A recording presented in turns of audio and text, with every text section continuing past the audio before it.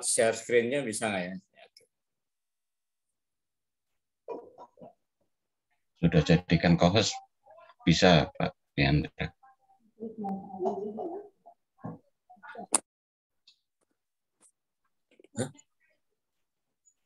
Jadi sebentar ya, belum ini.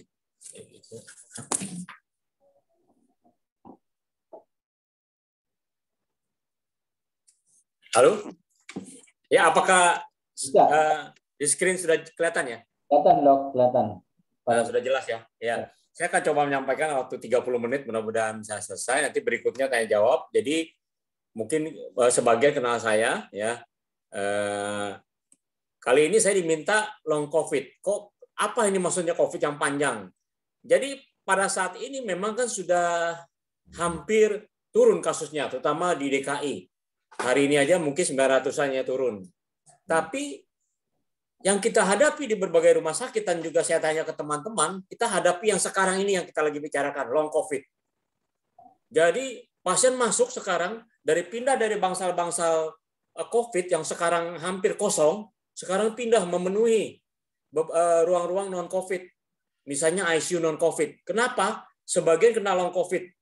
Kemarin saya barusan juga dapat di ICU Bethesda, dia kena long COVID ini, akhirnya meninggal ya, karena juga memang berat paru-parunya. Kalau kita periksa PCR, semua sudah negatif. Apa yang dimaksud dengan long COVID ini? Ini nanti akan kita diskusikan ya, apa ininya. Saya sedapat mungkin jelaskan. Sekali lagi, saya bukan pakar COVID, dan saya yang sampaikan ini bukan pendapat pribadi. Jadi saya nggak mau seperti beberapa para dokter yang menyampaikan suatu pandangan pribadi. Kalau saya enggak, berdasarkan tentu bukti-bukti ilmiah yang ada. Dan kalau misalnya pertanyaan nanti saya akan coba jawab. Kalau enggak bisa nanti saya akan share di grup itu misalnya apa yang ditanyakan mungkin ada jawabannya. Nah, kita tahu bahwa sampai 4 Juli 2021 itu ada kurang lebih 183 juta kasus COVID di seluruh dunia. Dan kematian itu hampir 4 juta menurut WHO ya. Nah, spektrum gambaran klinisnya ini itu bervariasi COVID dari infeksi yang mulai ringan sampai fatal. Spektrum gambaran klinis ini juga yang membuat bervariasi, terutama varian Delta misalnya. Jadi pertanyaannya misalnya ya, kenapa sih varian Delta ini katanya lebih ganas? Sebetulnya dari WHO sendiri belum ada menyatakan dia lebih ganas. Istilah kerennya virulensinya lebih ganas dari varian-varian sebelumnya. Loh, tapi kematiannya tinggi, banyak terkena. Baru disampaikan adalah bahwa transmisinya 6-7 kali lebih cepat dibanding yang sebelumnya, alfa, beta, dan sebagainya. Jadi lebih cepat. Lah kenapa lebih banyak? Karena dalam waktu cepat sekali, dulu kalau orang satu keluarga kena, misalnya saya kena COVID, itu istri dan anak saya nggak kena COVID. Sekarang, kalau satu keluarga kena COVID, hampir semua keluarga kena. Nah, karena begitu banyak, pemerintah kewalahan. Fasilitas kesehatan tidak memadai. Akibatnya, lalu terjadilah menentukan sendiri isoman. Akibatnya isoman sendiri, kemudian berat, baru datang ke rumah sakit, menjadi berat. Karena isoman dipikir hanya tidak ada yang perlu dipantau, minum obatnya juga asal-asalan, sehingga menjadi berat, akhirnya datang ke UGD dalam keadaan sesak napas, masuk ke ICU, meninggal, dan sebagainya. Jadi kelihatannya lebih berat. Sebetulnya transmisinya lebih hebat. Nah, kita tahu bahwa virus ini dia masuk melalui reseptor yang kita sebut AC2 ya, yaitu angiotensin converting enzyme. Itu dia ada di seluruh tubuh, makanya tidak heran kenapa spektrumnya luas. Ya, mulai dari mulut, di hidung, di paru, jantung, pencernaan, hati, ginjal, limpa, otak, endotel pembuluh darah, bahkan rambut, sel rambut. Ya, yang menimbulkan hair loss atau menimbulkan kerontokan rambut bisa. Nah, bukti-bukti klinis yang ada menunjukkan masih timbulnya gejala-gejala walaupun orang yang terinfeksi corona itu sudah sembuh. Nah, ini yang kita sebut long COVID, ya. Gejala sudah sembuh ya. Jadi sebetulnya apa sih yang disebut sebagai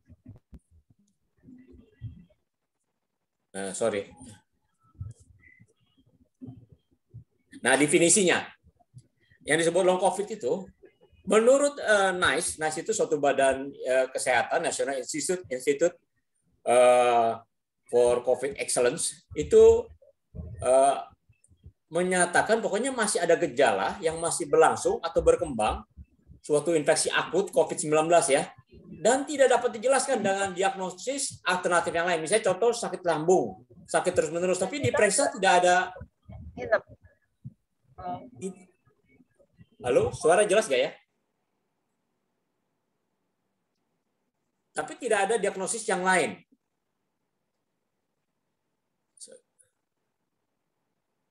Sorry, kok mundur ya? Oke. Nah, termasuk gejala COVID, di long COVID ini, ada juga yang membagi berdasarkan waktu. Yaitu, kalau yang berlanjut 4-12 minggu, itu ada disebut, bisa juga dicatatkan sebagai subakut. Subakut COVID. Tapi bisa juga berlangsung bahkan lebih dari 12 minggu, sampai kurang lebih ada yang mencatat laporan sampai 6 bulan. Nah, ini disebut sebagai post-COVID atau post-COVID infection syndrome kronik, yang kronik ya. Jadi ini definisi dari long COVID ya. Tentu COVID-nya sudah tidak ada, tetapi gejala masih berlanjut. Kok salah, sorry.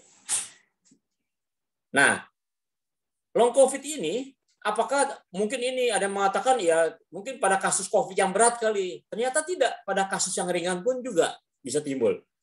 Atau ada juga yang mengatakan mungkin pasien itu dulu dirawatnya di ICU. Tidak juga, di bangsa perawatan biasa pun juga sama, bisa kena long COVID. Bisa timbul gejala juga lama. Oh, mungkin dulu pasiennya berat sehingga pakai ventilator. Ternyata tidak. Ternyata sama, baik pada yang memakai oksigen nasal biasa, pakai tekanan yang high flow ya, atau ventilator sama.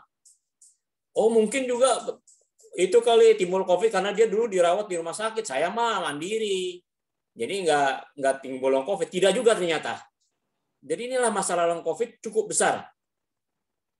Nah, kalau kita lihat yang terkena, kalau kita lihat gambar ini, jelas nggak ya gambarnya? Kalau jelas ini kita lihat yang merah ini adalah virusnya. Di atas ada lihat PCR positif, PCR negatif. Nah, pada minggu ketiga, rata-rata tuh masuk ke minggu ketiga itu PCR udah negatif. Tapi organ yang terkena itu kita lihat bisa dia menimbulkan fatigue, kelelahan, penurunan kualitas hidup, kelemahan otot, nyeri sendi, pada organ paru bisa sesak napas atau disebut dyspnea, batuk-batuk, kadang-kadang masih butuh oksigen. Pada otak bisa terjadi depresi, kecemasan, gangguan tidur, atau PTSD itu post traumatic stress disorder ya, gangguan juga kayak kecemasan juga. Kemudian gangguan kognitif. Gangguan kognitif ini orang suka sebut sebagai brain fog, otaknya berkabut, pusing ya, jadi kayak berkabut, sakit kepala. Kita pernah ketemukan saat kasus long COVID yang sakit kepalanya hebat sampai dirawat di tempat saya. Ada juga jantung ini menimbulkan palpitasi, radang jantung ya. Pada pembuluh darah ini juga bermasalah, menimbulkan tromboembolisme, jadi pembekuan sehingga beberapa bulan kemudian yang tadinya jantungnya bagus akhirnya dipasang stent. Pada ginjal juga terjadi chronic kidney disease ya. Dan pada rambut ini bisa timbulkan kerontokan. Perjalanan waktu bisa sampai 6 bulan ya kalau kita lihat itu.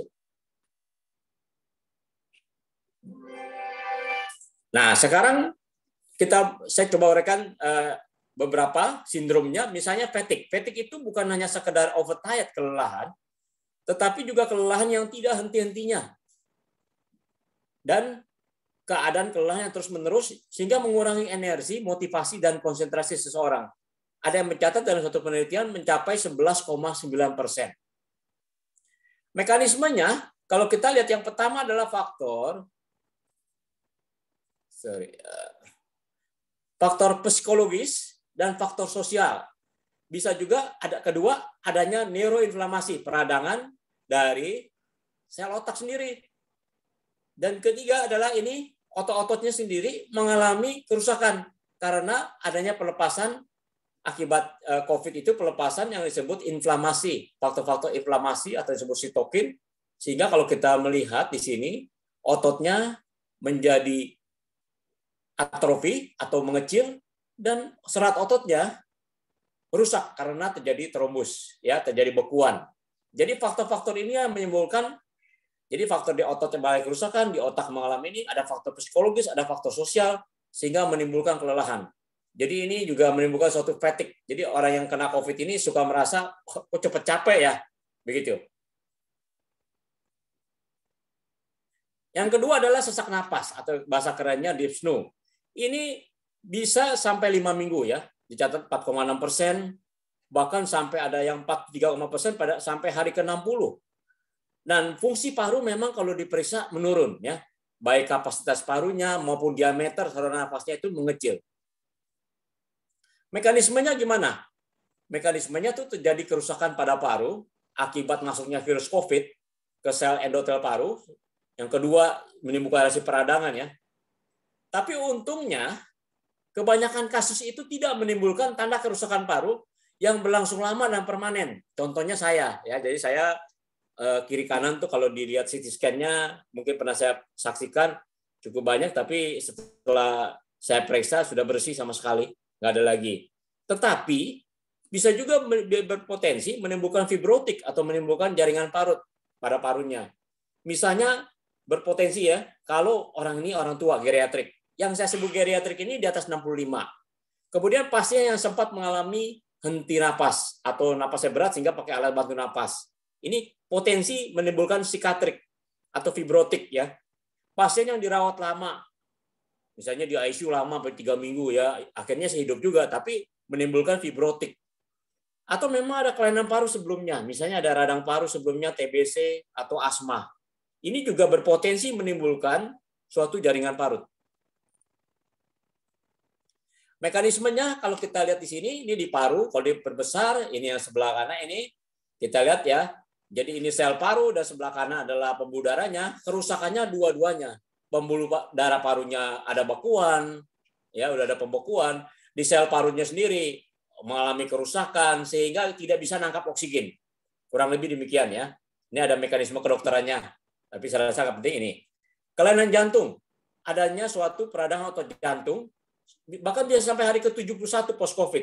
Saya pernah merawat di bedside, anak muda 24 tahun, hari ke-17 ya, timbul ini miokarditis hebat, peradangan hebat, otot jantungnya membengkak, enzimnya meningkat, seperti serangan jantung.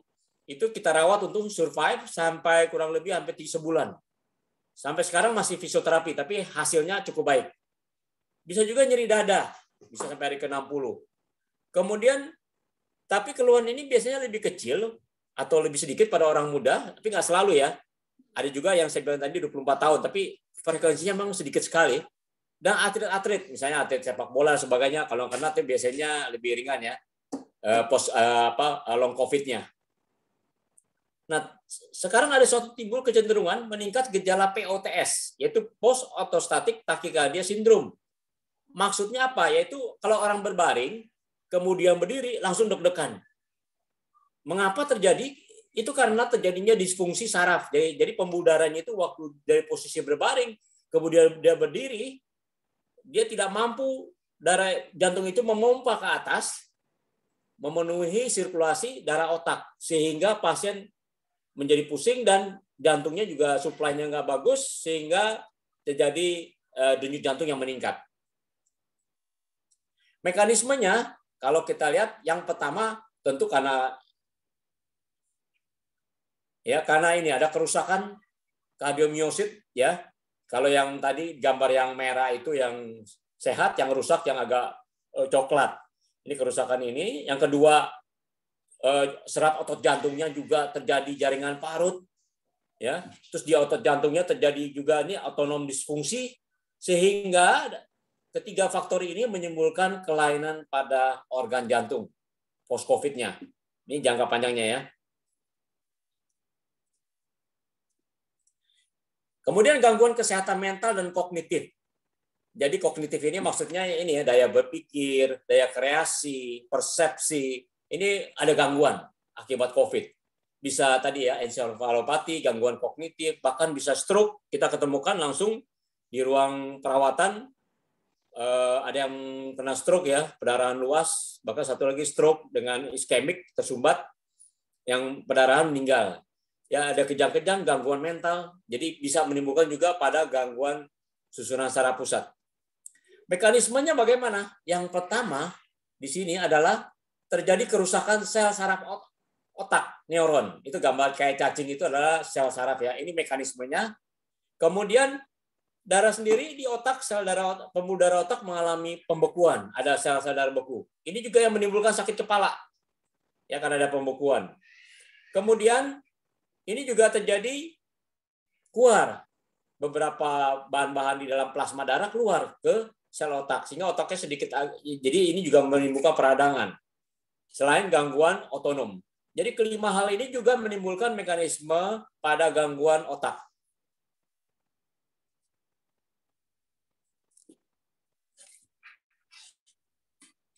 Nah, gangguan psikiater yaitu PTSD yang jadi post traumatic stress disorder ini menimbulkan gejala depresi, kecemasan, gejala obsesi kompulsif ya.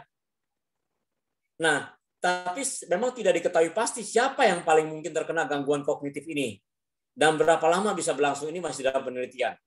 Secara keseluruhan, pasien itu mengeluh brain fog, otaknya pusing lah, berkabut gitu, nggak pikiran berkabut. Nah, studi dari 1040 pasien yang dirawat di ICU menemukan hampir 71% mengalami kayak ini gelisah sampai 4 bulan post COVID, istilahnya delirium ya. Nah, studi lain menyatakan 40% yang dirawat di ICU mengalami cedera seperti cedera kepala. Cedera kepala itu kalau bahasa awamnya orang bilang memar otak, bukan gegar otak ya, tapi memar, lebih tinggi lagi tingkatannya. Seperti itu, ya, disebut cedera kepala sedang sampai 3 bulan. Beberapa kayak pikun-pikun, lupa-lupa, yang semacam Alzheimer disease sekitar 26%. Tetapi memang lebih sering muncul gejalanya ini pada pasien COVID yang dirawat di ICU dengan yang memakai ventilator. Kita bisa maklum bukan ventilator yang salah ya, tetapi terjadi suatu hipoksia yang lama, kekurangan oksigen di otak yang lama, sehingga mengalami kerusakan sel saraf otak. Ini juga stroke dan sakit kepala sampai 10,1%. Saya pernah mengalami sendiri kasusnya, masih muda, 35 tahun, tapi ini nggak mempan ya. Kita kasih antalgin, kasih paracetamol, kasih apa, nggak mempan. Mempannya dengan obat epilepsi, baru mempan kita kasih. Nah, artikel lain mengatakan makin lama seorang di karantina, itu juga makin jelek kesehatan mentalnya. Sehingga karantina ini, oleh karena itu ya, saya pernah usulkan juga sebaiknya yang orang masih di karantina itu memegang handphone supaya tim doa, tim gereja atau orang-orang terdekatnya itu bisa memberi support. Karena ini mengganggu kesehatan mental. Jadi ada penelitian mengatakan bahwa lama isolasi dan dia juga nggak mampu bekerja, sehingga terus masalah finansial juga akhirnya karena lama bekerjanya nggak bekerja, apalagi nggak masuk nggak dapat uang, menimbulkan masalah finansial. Ini juga mengganggu kesehatan mental ya, rasa kesepian, kecemasan. Nah, kalau pada orang tua beda lagi. Ini karena dipengaruhi oleh social distancing dan tindakan isolasi. Misalnya kalau nenek kita kena misalnya atau apa gitu, janganlah. Jadi dia udah rindu sama cucunya, sama anaknya dan sebagainya. Ini bermasalah. Apalagi misalnya ada satu yang kemarin saya dapat kasus 3 minggu lalu, itu udah 86 tahun, orang Pontianak tidak bisa bahasa Indonesia, cuma bahasa Mandarin, diisolasi, makin stres. Padahal waktu awal gejala saya sudah lihat ringan, tapi cepat memburuk, akhirnya meninggal ya, meninggal. Nah, insomnia, pasien itu bukan hanya sulit tidur, tetapi kualitas tidurnya turunnya, dan ada gangguan tidur. Jadi mungkin bukan soal lamanya tidur, mungkin dia tidur bisa 8-10 jam, tetapi nggak enak tidurnya, kualitasnya tuh nggak bagus. Mungkin dia kayak lagi tidur mengerjakan sesuatu, pekerjaan atau apa, pokoknya membuat tidak kualitas tidurnya jauh ya. Nah, mendengar berita kematian COVID itu juga mempengaruhi kualitas tidur. Oleh karena itu memang nih berita-berita begini sebaiknya juga lebih baik dengerin khotbah ya, dengerin khotbah Pak Eras atau para hamba-hamba Tuhan di GSKI. Ini sangat membantu, atau suatu lagu-lagu rohani. Ini udah ada pembuktiannya soalnya. Mekanismenya kita tahu karena terjadinya faktor radang langsung virusnya, kemudian temukan peradangan, inflamasi, organnya juga kena, dan pembuluh darah otak mengalami kelainan yang tadi sudah saya jelaskan. Gangguan penciuman yang disebut anosmia, itu juga terjadi bisa sampai 5 minggu. Dan gangguan pengecapan nggak enak rasanya, itu juga bisa sampai 5 minggu post-COVID ya. frekuensi agusia bahkan bisa sampai ada melaporkan sampai 45,1%. Tetapi untuk anosmia ini ada suatu berita bagus, yaitu kalau terjadi anosmia menunjukkan bahwa indikator kemungkinan dia kena ringan atau tidak menjadi berat. Nah, ini satu kabar gembira. Jadi kalau anosmia agak kabar gembira, kemungkinan ringan dia kena. Jadi kelihatannya lebih banyak ke arah sel penciuman. Bagaimana mekanismenya? Coba kita lihat. Mekanismenya ini kalau kita lihat di sini, itu yang kuning-kuning itu ada saraf namanya olfaktori, itu saraf penciuman. Di bawah lidah ada saraf sel gustatory, itu pengecap. Dia kena langsung di sini virusnya, ya. Jadi dia ada di situ ya. Virusnya tuh ada di sini, kena dia langsung menempel. Mekanismenya kayak begini, mungkin ini secara kedokteran aja, begitu pula indera pengecapan. Jadi kalau kurang lebih ini tadi mekanismenya.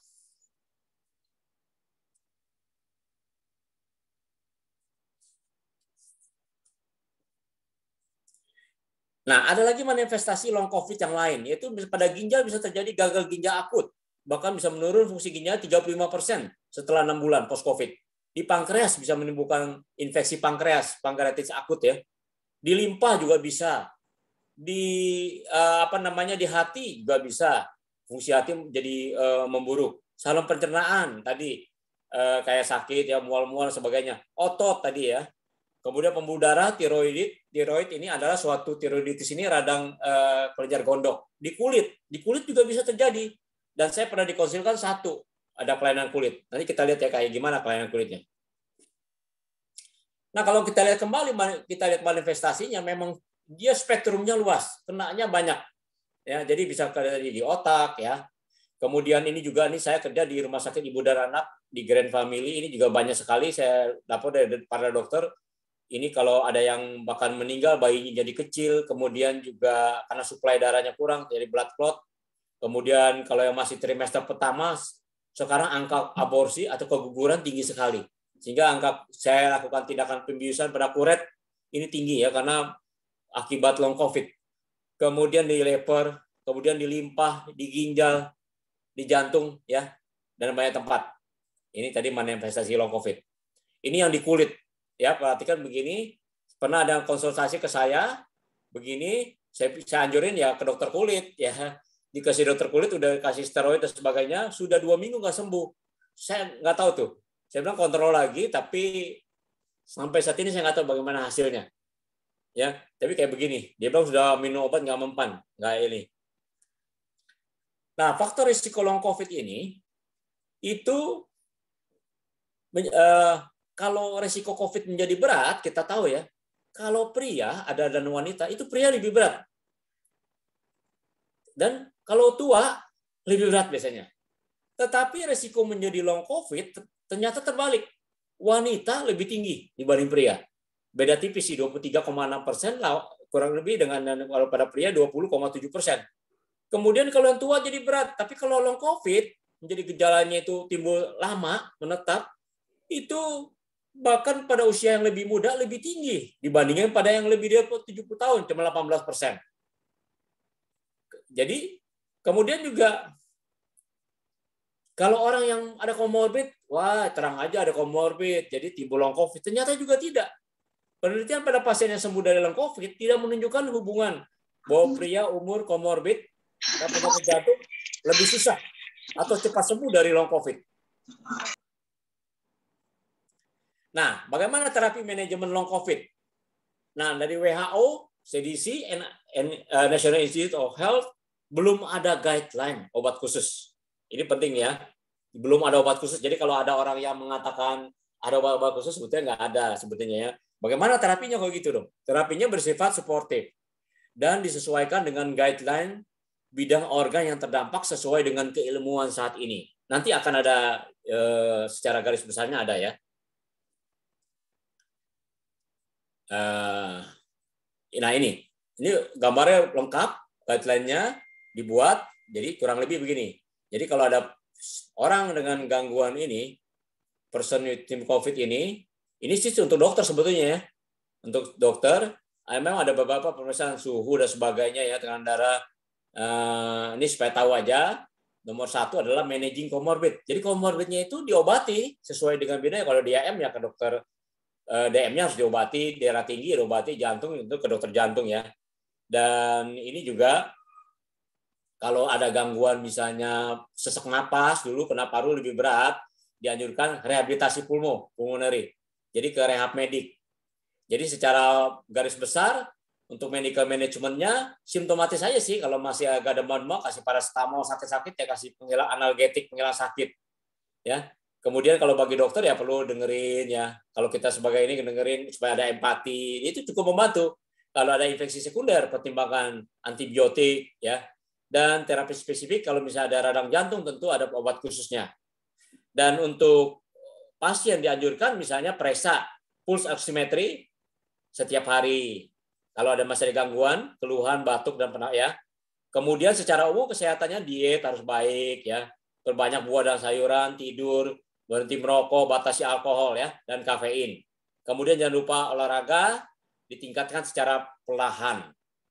Jadi mental health di sini penting, konsultasi ini yang saya katakan yang di dalam in the community ini penting. Seperti halnya di GSKI sudah lakukan sangat penting, yaitu ada suatu komunitas penyintas COVID begitu ya, community link ini. Kemudian pasien, jadi grup itu bikin antara yang sudah terkena dan yang lagi sedang terkena atau ini, jadi bikin saling mendukung, saling menguatkan. Jadi mental health support service ini penting. Inilah kurang lebih penanganan long COVID secara keseluruhan. Nah, lalu kemudian bagaimana kesimpulannya? Jadi COVID-19 ini bisa menyebabkan penyakit yang berkelanjutan, baik pada orang muda dan anak-anak yang tidak memiliki komorbid sekalipun. Masih banyak hal yang belum diketahui sampai saat ini tentang COVID-19 dan masih memerlukan banyak penelitian dan studi mungkin bertahun-tahun ya untuk memahami bagaimana sih efek jangka panjang COVID. Mengapa gejala masih bisa timbul atau menetap? Bagaimana problem kesehatan itu sampai mengganggu pasien? Bagaimana perjalanan penyakit dan bagaimana kemungkinan penyembuhan yang sempurna? Lalu implikasi efek kesehatan jangka panjang bila kembali bekerja. Dan kesimpulan akhirnya adalah bahwa more research is needed to examine the long-term consequences of COVID-19. Jadi memang perlu banyak riset ya diperlukan untuk menilai ini. Jadi masih terus berlanjut penyakit ini. Nah, bagaimana kita nih sikapnya? Sikap kita adalah, saya ingat sebagai penutup, saya ingin juga memberikan sedikit ini support. Kita ingat bahwa di Mazmur 4 ayat 9 ini menunjukkan tentang judulnya adalah doa pada malam hari. Kita tahu kalau malam hari secara keseluruhan itu menunjukkan bahwa kan suasana mencekam ya, mencekam, menakutkan.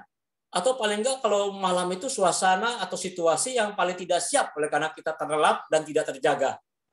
Tetapi di Mazmur 4 ayat 9 ini Daud begitu banyak musuhnya, dia katakan dengan tentram aku mau membaringkan diri. Aku mau ini menunjukkan bahwa dia beretikat untuk memutuskan dari diri sendiri untuk tentram. Nah, tentram ini memang memiliki arti aman, damai, tidak ada kekacauan atau tenang ya.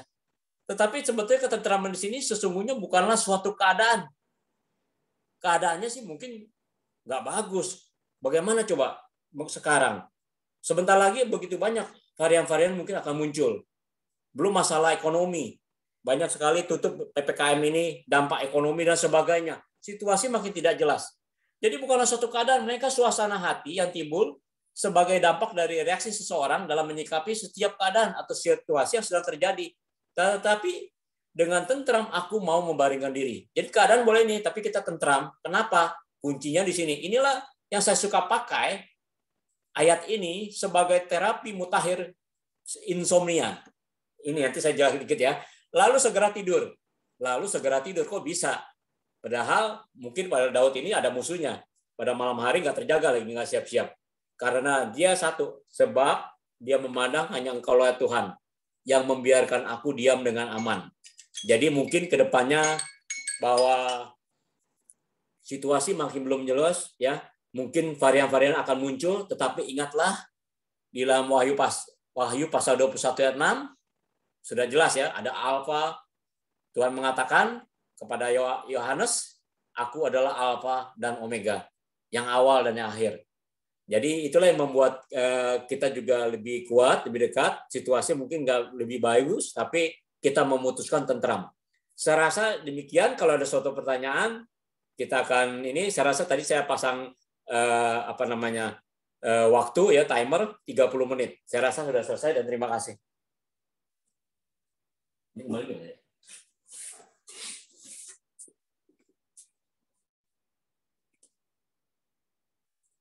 Saya kembalikan ke Pak Tim ya. Ya, terima kasih banyak Pak Dr. Wihandra yang sudah men-sharingkan tentang long kepada kami aktivis maupun. Jadi memang hari ini sebetulnya memang jadwal juga untuk pertemuan aktivis, di mana kami karena tidak ketemu ya Dok di Sasagraha ya, di gereja, jadi saya bilang ayo kita 2 minggu sekali ketemuan gitu ya, dari remaja, pemuda, pasangan suami istri juga yang umum, jadi semua kami kumpul dan sekaligus memang membahas tentang masalah yang aktual hari-hari ini yang memang dialami oleh bangsa kita, oleh Jakarta, itu long COVID ya. Memang bersyukur puji Tuhan untuk yang COVID sendiri sih sudah beres Dok di Sasagraha nih. Jadi saya boleh dibilang Bu Anita, Pak Jones, tim Satgas ini lagi nganggur gitu. Nganggur maksudnya tidak ada yang terpapar gitu ya. Puji Tuhan sudah sembuh ya. Yang kita monitor semua sudah sehat Dok. Puji Tuhan ya. Ya memang nih Pak Jones sedang bergumul karena beliau sedang di kampung halaman ya, karena mama yang sedang terpapar gitu ya. Nah, kita dukung doa juga buat mama Pak Jones ya. Oke. Nah, jadi Bapak Ibu Saudara, mungkin kita nggak mengalami COVID ya, tetapi mungkin ada saudara kita, keluarga kita, teman, kawan ya yang terpapar. Bukan hanya yang usia lanjut, sebetulnya yang muda-muda pun banyak juga yang terpapar. Bahkan orang-orang yang saya meninggal termasuk pendeta di bawah 40 tahun cukup banyak yang meninggal karena COVID begitu ya. Nah, jadi saya berharap baik dari kita yang masih muda ya, yang remaja, pemuda, yang Pak Sutri jangan cuek begitu ya, tapi ayo mau belajar, ya mau dengar, supaya kita bisa mengantisipasi ya, jaga-jaga, dan kalau ada yang terpapar, tolong kasih tahu kepada kami, kita tangani bersama-sama ya. Memang biasanya kami dibantu oleh sehari-hari oleh Dokter Krisna begitu ya. Oke, puji Tuhan. Nah, Bapak Ibu tentu ada banyak pertanyaan nih ya. Karena di sini penyintas juga banyak nih, alumni juga banyak sekali ya yang ikut di tempat di yang tim pelayanan minggu pun yang terpapar juga banyak dokter waktu itu ya, dari Pak Andri, Pak Kiki, kemudian soundman-nya Pak David ya, cukup banyak yang terpapar juga sebetulnya. Nah, juga yang lain-lain saya lihat ada beberapa jemaat yang hadir, aktivis yang hadir yang terpapar. Silakan tanya sama Dr. Wihandra apa yang Bapak Ibu sedang alami ya. Jangan lewatkan kesempatan ini, silakan konsul ya. Nanti Pak Dokter akan jawab, dan memang kalau beliau mungkin tidak bisa, nanti beliau akan konsul kepada teman-teman yang lain begitu ya, seprofesi. Silakan, saya berikan kesempatan Pak Jones bisa. Sinyalnya bagus nggak Pak Jones? Ya, ada, bisa Pak. Ya, silakan Pak Jones dipimpin Pak yang buat diskusi ini Pak. Oke. Terima kasih dokter ya, dokter penjelasan yang cukup jelas ya dokter Wihandra, terima kasih. Mungkin yang mengalami long COVID ya Pak Tim ya. Sekarang ada Bu Susani ya. Bu Susani yang mendampingi keluarga, mendampingi Pak Ivan dan mertua, bapak ibu mertua yang karena kemarin kan sudah negatif pun tapi masih saturasinya masih rendah, masih ada masalah gitu. Bu Susani mungkin ada di sini ya tadi. Ada. Tadi ada yang mau ditanyakan, berhubung ada dokter di sini dan topiknya benar-benar pas dengan yang dialami oleh keluarga dari Bu Susani. Bu Susani ada yang mau ditanyakan?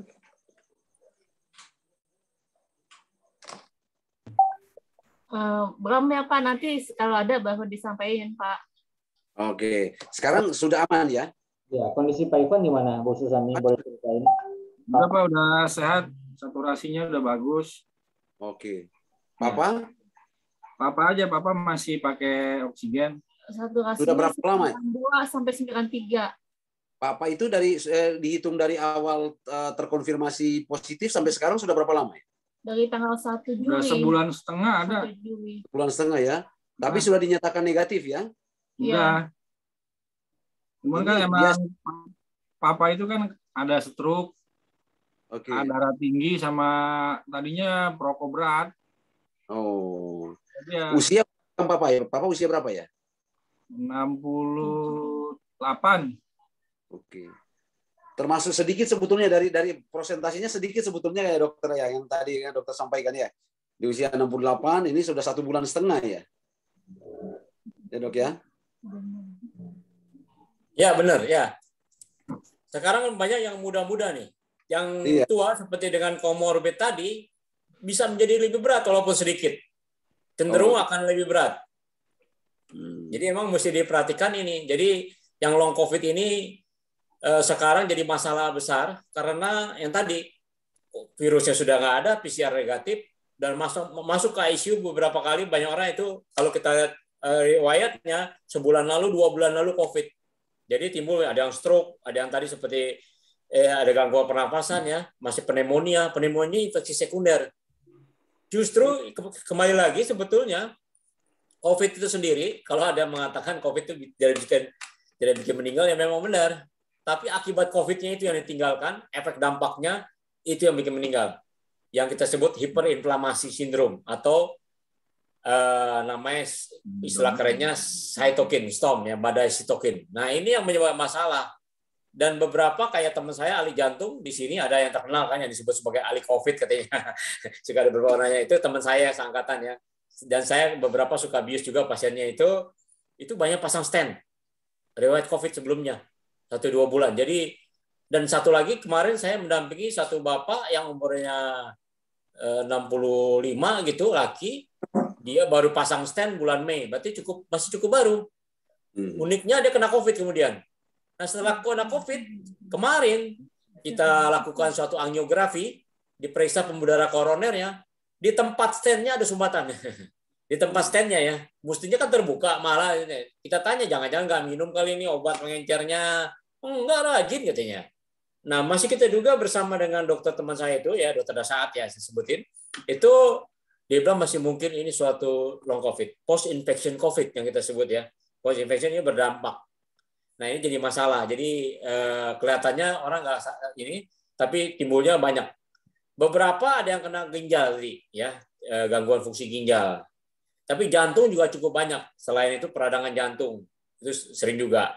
Tadi saya katakan sakit kepala. Ada beberapa teman yang hair loss, wanita ya, masih muda, rambutnya rontok, udah minumannya rontok. Dan saya baca literatur memang ada hair loss akibat COVID. Itu suatu long COVID juga. Karena dia kayaknya kena ke reseptor di folikel rambutnya.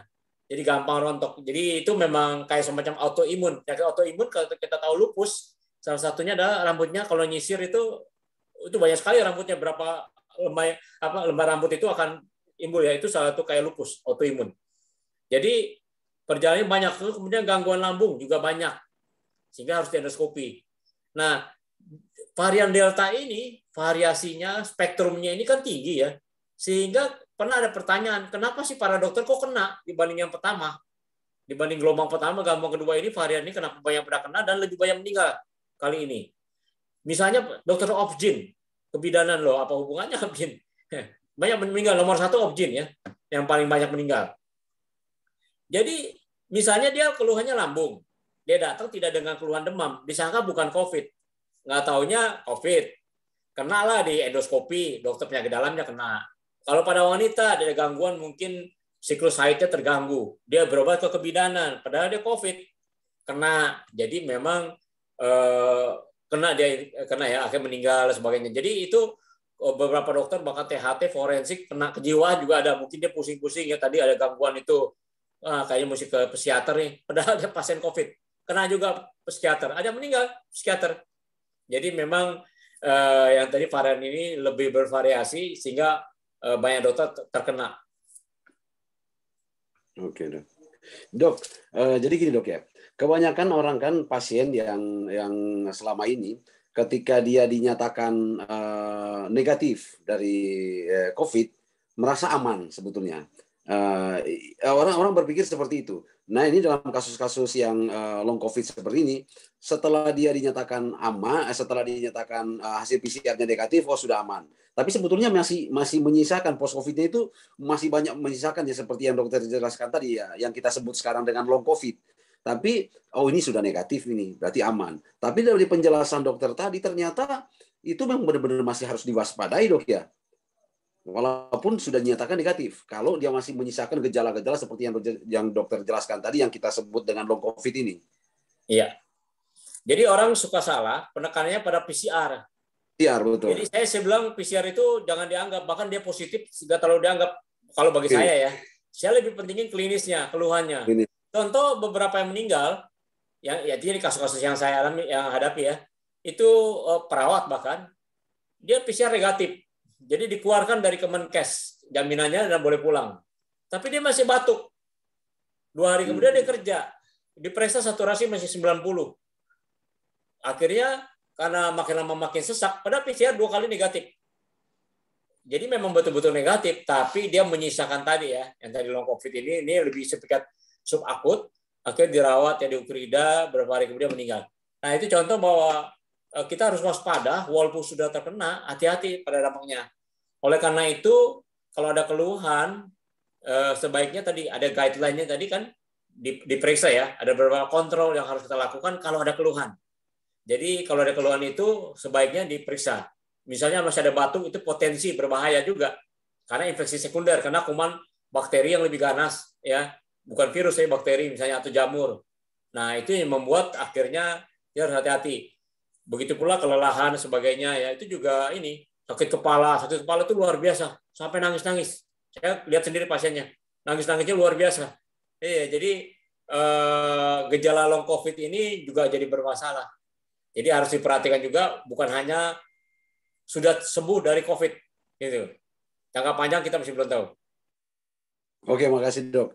Ini tentu membuka wawasan kita bersama ya, termasuk saya sendiri, karena sering ketemu dengan beberapa teman, beberapa jemaat yang terpapar. Kadang-kadang kita berhenti pada saat ketika sudah PCR negatif ya sudah aman gitu. Padahal sebetulnya masih menyisakan seperti yang dijelaskan dokter tadi. Dan itu ternyata memang masih perlu penanganan khusus dok ya, tergantung dengan gejalanya. Kalau misalnya batuk, sesak, ada masih perlu ditangani dengan serius. Bukan berarti karena ketika sudah aman kok, sudah negatif. Nah ini hari ini malam ini kita mendapat wawasan yang lebih jelas lagi bagaimana bukan hanya menangani kita, keluarga kita, tapi paling tidak teman kita, keluarga kita, sahabat kita ketika diperhadapkan dengan kondisi seperti ini. Ya, kita mesti sarankan untuk bagaimana itu dikonsultasikan dengan dokter. Jangan sampai udah kok aman, sudah negatif ini, sudah tidak ada masalah, itu tinggal sisa-sisanya aja. Kebanyakan orang awam berpikir gitu dok, ini cuma sisa-sisanya COVID, ntar lagi selesai. Jadi tidak ditangani dengan serius. Oke, makasih dok ya. Bapak Ibu masih ada yang mau bertanya? Saya Sedikit mau lagi. tanya dok, boleh ya Pak Jonas? Ya boleh deh. Tadinya lain tapi nggak boleh. Saya kan lumayan lulusannya udah lumayan lama ya dok. Lulusan dari Universitas Corona udah lumayan lama nih dok. Udah dari Maret kemarin. Tapi bulan Juli kemarin itu saya mengalami kerontokan banyak sekali dok. Sampai di bantal itu bisa penuh rambut. Terus kalau saya sisir itu benar-benar bisa segenggam begini rambut saya. Benar-benar rontok banyak sekali. Terus saya sering buang air dok, sering mules, buang air. Apakah itu termasuk long COVID juga? Padahal kan itu udah cukup lama dok. Dan kejadian kerontokan rambut saya itu mulai dari bulan Juli kemarin sampai sekarang. Memang sudah agak berkurang karena saya pakai ada sampo khusus. Jadi udah agak berkurang tapi masih tetap rontok gitu loh. Apakah ini juga masih termasuk long COVID? Padahal saya dari Maret 29 Maret saya udah dinyatakan negatif.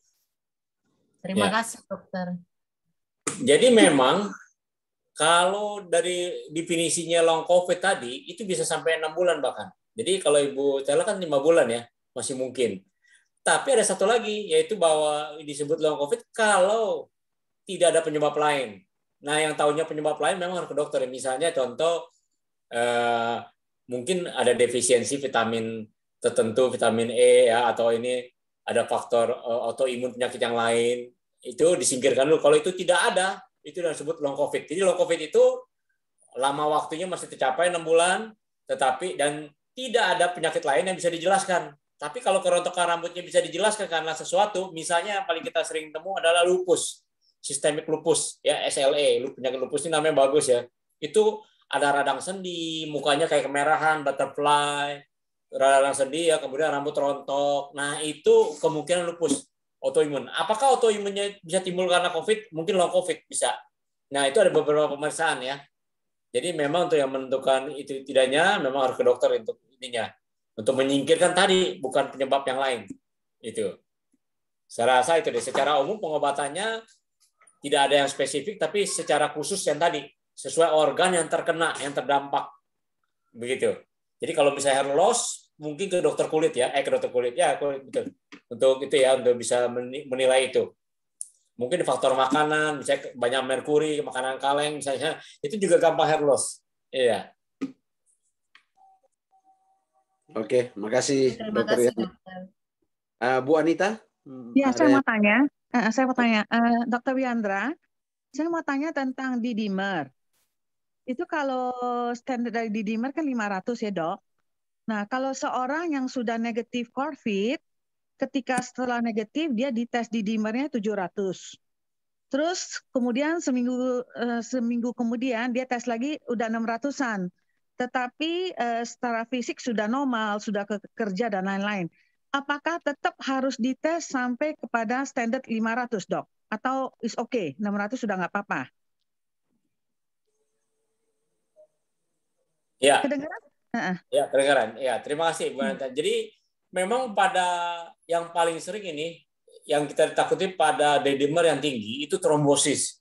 Trombosisnya kemana-mana soalnya, mulai ke otak, ke jantung, dan sebagainya. Termasuk ke ginjal. Karena dia, COVID itu sebetulnya dampaknya nomor 1 akibatnya. Yang pertama adalah faktor trombosis dari pembekuan. Ya, yang kedua, peradangan. Peradangan yang hebat itu ya, sehingga kalau ini kena ke organ paru jadi bermasalah. Nah, untuk trombosis ini patokannya memang kita pakai D-dimer. Sampai saat ini saya punya guideline-nya untuk di Indonesia, para ahli semua, ahli hematologi, onkologi, semua pada ini penyakit dalam semua ada suatu guideline, kalau sampai D-dimer di atas 500 itu tetap dianjurkan masih harus minum antikoagulan. Sampai minum antikoagulan ya. Minum. Dan apalagi dia ada komorbid, misalnya umur ya, ada hipertensi, ada diabetes, maka sebaiknya diminum rutin. Itu sebetulnya mirip kayak orang ini, sebelum ada COVID pun juga saya selalu bilang minum aja aspirin 80 mg. Itu sehari sekali atau 2 hari sekali atau 3 hari sekali cukup baik. Karena memang sumber permasalahan semua di pembuluh darah sih ya. Jadi walaupun D-dimernya masih, kalau ada faktor tadi ya, faktor komorbid lain, walaupun D-dimer sudah normal, kita anjurkan paling nggak minum bisa tiap 3 bulan. Sebelum ada pemeriksaan yang pasti, misalnya pemeriksaan jantung koronernya ternyata bagus semua, hasilnya bersih, boleh kita nggak usah. Tapi sebelum ada itu, guideline-nya masih menganjurkan, kalau guideline-nya 2 minggu. 2 minggu masih minum obat, setelah dinyatakan sembuh dan tidak ada gejala, mesti dilanjutkan 2 minggu. Gitu. Jadi kalau di dimernya kemudian diperiksa sudah di bawah 500, nggak usah. Cuma ini kalau ada komorbid sebaiknya sih diminum sampai dibuktikan memang tidak ada sumbatan. Gitu. Maksud dokter jantungnya maksudnya dites bukan paru-paru ya, Dok ya? Kalau paru-paru kan bisa udah bersih. Ya. Maksudnya harus dites jantung juga? Iya, koroner. Yang namanya CT angio. Oh, jadi harus ke CT angio. Oh, oke. Ya, CT angio itu CT scan, disuntik kontras 5 menit, selesai udah. Gitu ya. Ya, cuman suntik nanti akan ada hasil ekspertisenya jantung mana yang terkena nggak. Nah, kalau begitu aman, terus kemudian faktor risiko lain misalnya tidak ada diabetes, gula darah terkontrol, kolesterol terkontrol, ya hipertensi nggak ada. Menurut saya sih nggak usah. Tapi kalau ada faktor 3 tadi ditambah lagi umur sudah di atas 60-an ya, wah lebih baik minum. Sebaiknya minum aja. Walaupun D-dimer di bawah 500 sudah normal. Itu untuk pencegahannya supaya tidak timbul penggumpalan trombosit atau agregasi trombosit yang meningkat. Gitu. Oke, thank you dokter. Ya. Oke, makasih Bu Anita. Pak Tim, kita akan selesai jam berapa nih Pak Tim? Oh ya. Kalau pertanyaan pasti masih banyak nih, pasti masih banyak yang akan bertanya, cuman waktunya di mana nih Pak Tim? Iya. Mungkin bisa tambah sekitar 10-15 menit lagi ya Bapak Ibu ya. Oke. Tanggung kan besok malam minggu tuh. Hari ini malam minggu tuh. Iya. Yang mau capek istirahat nggak apa-apa. Bapak Ibu di sini ada Pak ini nih, Pak Bangun ya. Pak Bangun gimana Pak? Setelah negatif, Pak Bangun masih di kampung halaman ini. Di mana? Di Toba. Kabanjahe. Hah? Di Kabanjahe. Di Kebon Jahe, Kabanjahe. Gimana Pak Bangun? Ada gejala apa Pak? Kebon. Ya, di Kabanjahe. Bapak ada gejala-gejala apa lagi ya Pak setelah negatif? Nggak ada gejala. Nggak ada gejala ya. Oke. Batuknya masih ada Pak? Enggak. Oh ya, oke, puji Tuhan ya. Puji Ya, Tuhan. terima kasih. Ya, Pak Bangun. Satu lagi di sini saya lihat ada ibu ini nih, Ibu Bu Yeni ya. Bu Yeni, shalom Bu Yeni yang di Bekasi nih ya. Ibu gimana Bu? Shalom Ibu Pak. Bu Yeni Ya. gimana Bu? Mohon dihidupin Bu. Ya, puji Ibu, Tuhan. ini nggak Bu, gejala apa nggak setelah negatif ini? Ya, setelah ini sih puji Tuhan udah agak mendingan ya Pak. Ya kadang kalau saya aktivitas terlalu ini masih agak Apa ya? ngap sedikit gitu loh. Ngap. Begitu. Agak ngap ya Bu ya. Dokter mungkin ada saran Dok kalau agak ngap gitu Dok? Ya. Jadi keluhan-keluhan ini memang semua harus dibuktikan dulu sih dengan beberapa pemeriksaan. Misalnya untuk paru ya, di paru kita butuh ronsen toraks ya, kemudian spirometri itu melihat kapasitas paru, kapasitas vital paru, fungsi parunya bagaimana, elastisnya bagus nggak. Jadi dengan cara ditiup itu kelihatan keluar angkanya. Nah, kemudian di ronsen masih ada sisa nggak? Beberapa menjadi fibrotik, yang saya katakan fibrotik itu jaringan parut. Nah, jaringan parut itu terjadi, maka udah pasti fungsinya akan menurun, tapi sampai berapa lama? Nah, kita anjurkan adalah rehabilitasi atau pernapasan. Beberapa rehab medik, center-center rehab medik di berbagai rumah sakit besar, itu mereka sudah siapin beberapa teknik atau caranya untuk melakukan rehabilitasi pernapasan. Ya. Tentu tadi kalau bisa sisanya doang ya, tapi kalau misalnya ada infeksi, diperiksa dalam darah, leukositnya meningkat, ya dikasih antibiotik tentu. Menunjuk ada infeksi sekunder. Jadi harus diatasi karena infeksi sekunder ini sering sudah kena, virus sudah nggak ada, dia ngundang temennya itu bakteri dan sebagainya. Jadi itu kita mesti lihat kalau orang mengalami gangguan pernapasan itu tadi mesti diperhatikan. Kalau berlanjut, misalnya beberapa takutnya juga kalau didiamkan, beberapa jadi infeksi TBC paru masih ada tuh, masih mungkin kena. Pokoknya dia mengundang berbagai kuman. Jadi memang harus dipastikan dulu melalui pemeriksaan darah, ronsen, spirometri. Baru kita bisa tentukan kemudian baik, kemudian ke fisiologi, ke fisioterapi pernapasan di center rehab medik di berbagai rumah sakit. Cara-caranya ya kapan-kapan nanti kalau misalnya banyak orang yang ingin tahu, saya bisa panggil teman saya untuk menjelaskan dari rehab medik bagaimana suatu latihan pernapasan pada rehab medik post COVID gitu ya. Kalau memang banyak yang ingin bertanya. Oke, baik Dok, terima kasih ya Dok. Bapak Ibu di sini, ya, makasih Dokter ya. Di sini juga ada Bapak Timothy saya lihat ya. Pak Timothy, shalom Pak Timothy. Pak Timothy. Boleh dibuka, Pak? Ya, shalom Pak. Waduh, Bapak Ibu, saya senang sekali lihat Bapak Timothy ini. Puji Tuhan. Karena terus terang Puji ya Tuhan, Bapak Pak Ibu ya, Timotius. salah seorang Ya, sangat parah saya- waktu itu Pak Timothy ini. Ya, Pak Timothy boleh kesaksian sedikit Pak. Sekalian mungkin ada Ya, Pak. ada dokter, sekalian Bapak mungkin yang mau ditanyain. ya, sekalian saya mau tanya nih sama Pak Dokter ya. Saya tuh kan dari Ya, halo Pak, akhir dimatiin Juni. ini nggak apa-apa Pak. Videonya dimatiin nggak apa-apa Pak, videonya supaya lebih jelas suaranya. Oke. Udah jelas ya Pak? Ya. Udah Masih jelas ya? agak kurang. Kalau mau dimatiin videonya nggak apa-apa Pak.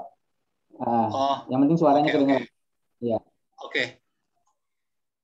Jadi saya kan akhir Juni Pak ya yang kenanya. Terus Ya. saya memang agak berat itu. Bisa lewatin kritis ya puji Tuhan. Bisa dilewati gitu. Dan Berat Tuhan banget, Pak. Tuhan kasih kesempatan yang kedua ya Pak. Dan Amin. Ya. ya puji Tuhan Pak Timotius banyak bantu saya dan mensupport kita ya. Nah sampai saat ini nih udah Agustus ya, saya tuh masih lemah Ya, Pak. di otot kaki Pak, lemah di otot kaki. Jadi jangankan naik tangga, naik satu trap ada undakan gitu, benar-benar nggak kuat gitu otot kaki saya. Yang kedua pengecapan lidah saya masih hilang rasa asinnya gitu Pak. Jadi ini saya mau, kan badan saya turun sampai 20 kilo Pak. Dari 80 sampai 60. Sekarang udah naik sih, naik 4 kilo doang. Ini mau gemukin badan kan harus bisa enak makan, tapi susah gitu Pak. Kira-kira menurut Pak Dokter harus gimana ya untuk long COVID saya ini? Lama banget rasanya gitu. Tapi puji Tuhan udah better sih dari yang sebelum-sebelumnya. Terima kasih Pak Timotius. Ya, Pak Timothy. Jadi Bapak Ibu, Pak Timothy ini sempat ya saturasinya di 80 gitu ya Pak Timothy. Apa di bawah 80 ya? Di bawah 80 Pak, 70. Waduh Pak, saya khawatir banget Pak waktu itu. Iya. Akhirnya sama Iya, Pak. sama Dokter Krisna kami WA video call. Iya. Ya, Pak Iya, Dokter Krisna kasih saran-saran setelah dapat ini ngobrol-ngobrol, kasih saran, kami terus sama-sama berdoa. Puji Tuhan setelah itu malah cepat ini ya Pak ya, pulihnya Pak ya. Waduh, saya bersyukur banget ya. Iya. Pingsan 2 kali Pak. Oh gitu. Iya. Sama ibu juga ya Pak, istri sama anak-anak ya Pak ya. Berempat ya Kalau Pak. istri dan anak-anak tidak berat ya, tidak terlalu berat ya. Mereka ringan semua. Oke. Saya aja yang kena berat. Iya. Oke, silakan Pak Dokter Wihandra. Ya, nah saya nggak tahu Pak Timothy ini lama di itu nggak ya? Perawatannya berapa lama di rumah sakit? Enggak, saya di rumah Pak, isoman. Oh di rumah malah ya? Iya. Tapi lebih banyak berbaring kali ya? Lebih banyak berbaring ya? Saya memang ini Pak, diabetes. Ya. Diabetes ya? Iya. Ada diabetes, ada darah tinggi juga? Enggak ada? Enggak sih ya. Enggak ya?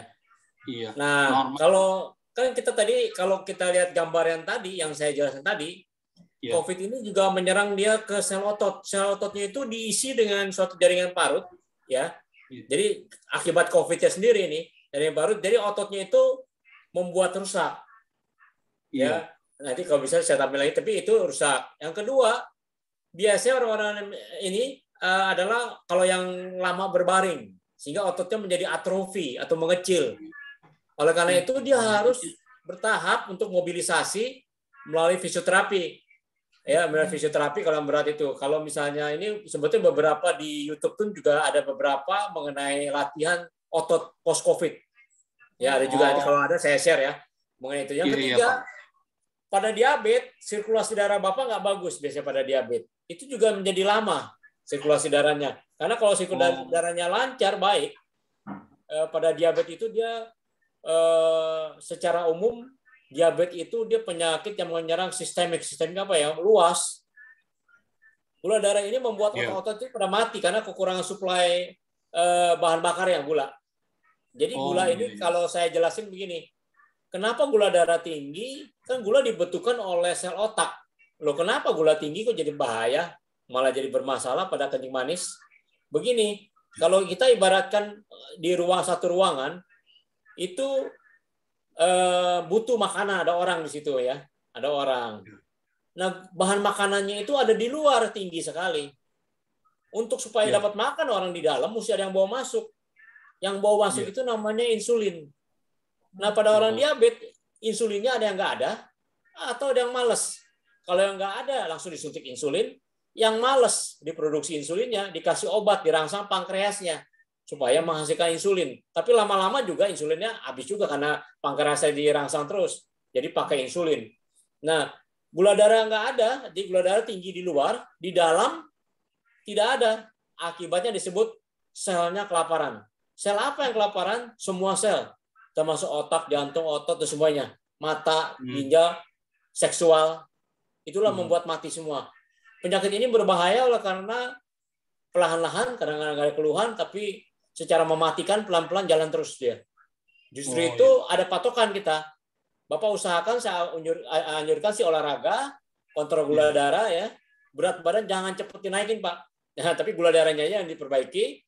Gula darah berat badan ideal dengan olahraga, diet, dan ada patokan, yaitu kita periksa HbA1c. Itu menunjukkan kontrol gula darah baik atau enggak. Jangan puas dengan cek gula darah hari ini 90, waduh bagus. Padahal HbA1c-nya 10 atau di atas 7. Nggak normal, percuma. Lebih baik ya kalau suruh milih, lebih baik gula darah sekarang 250, waduh tinggi banget ya. Tapi HbA1c-nya Bapak 6,5. Menunjukkan Bapak lagi sebetulnya terkontrol, cuma sekarang lagi kacau nih.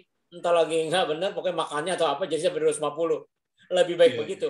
Nah, ini penting. Jadi, anjuran saya perbaiki gula darah, kemudian berat badan tetap dijaga dengan olahraga, diet tentu diperhatikan ya. Untuk otot ada dengan beberapa latihan olahraga, mulai aja dengan yang ringan, yaitu jalan kaki perlahan. Ya, berapa lama? Saya anjurkan 3-5 kali seminggu dengan pelan aja dulu.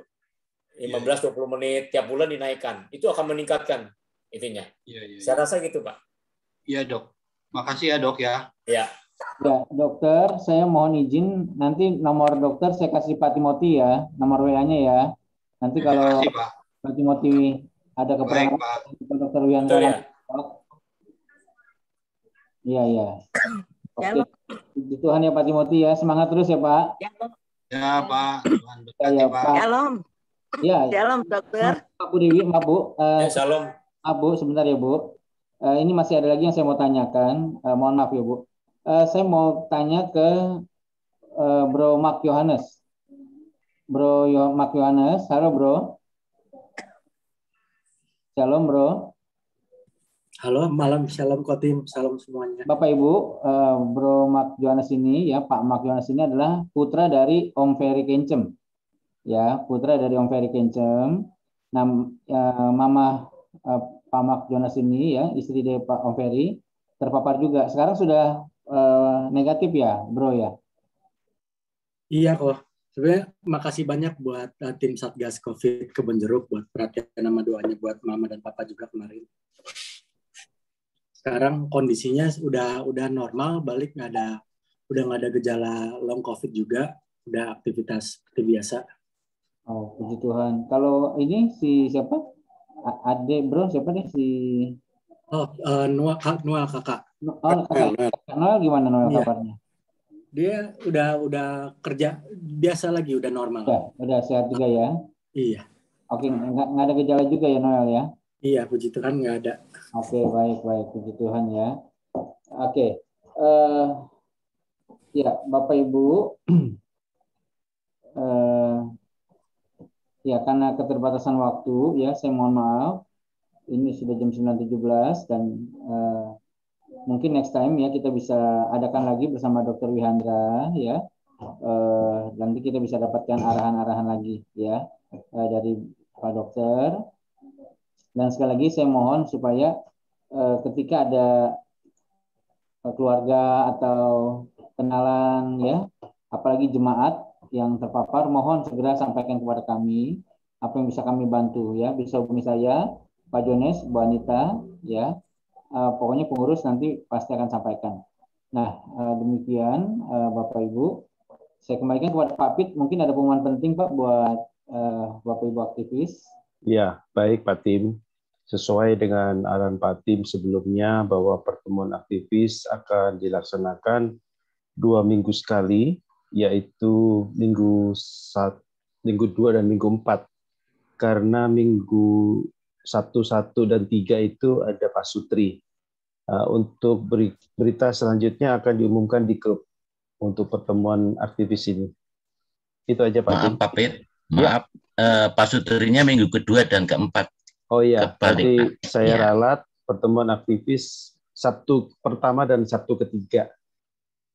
Ya. Makasih Pak Yosi. Ya, puji Ya, Tuhan. sama-sama. Terima kasih ya Pak Pit. Jadi Bapak Ibu, walaupun kondisi COVID ini sudah menurun di Jakarta khususnya, tapi tetap berjaga-jaga ya. Salah seorang pimpinan di sinode ya sedang terpapar dan sedang dirawat begitu ya. Ini beliau sangat dekat dengan Om Eras dan beliau sedang dirawat di rumah sakit. Saya juga baru tahu Bapak Ibu. Nah, jadi tetap kita berjaga-jaga, tetap waspada, prokes kita jalankan ya. Di Sastra Graha pun kami tetap jalankan prokes Bapak Ibu ya. Dengan ketat sekali begitu. Ya, jadi setiap minggu kami di antigen, ditusuk terus hidungnya. Jadi sebulan 4 kali ditusuk Bapak Ibu. Ya.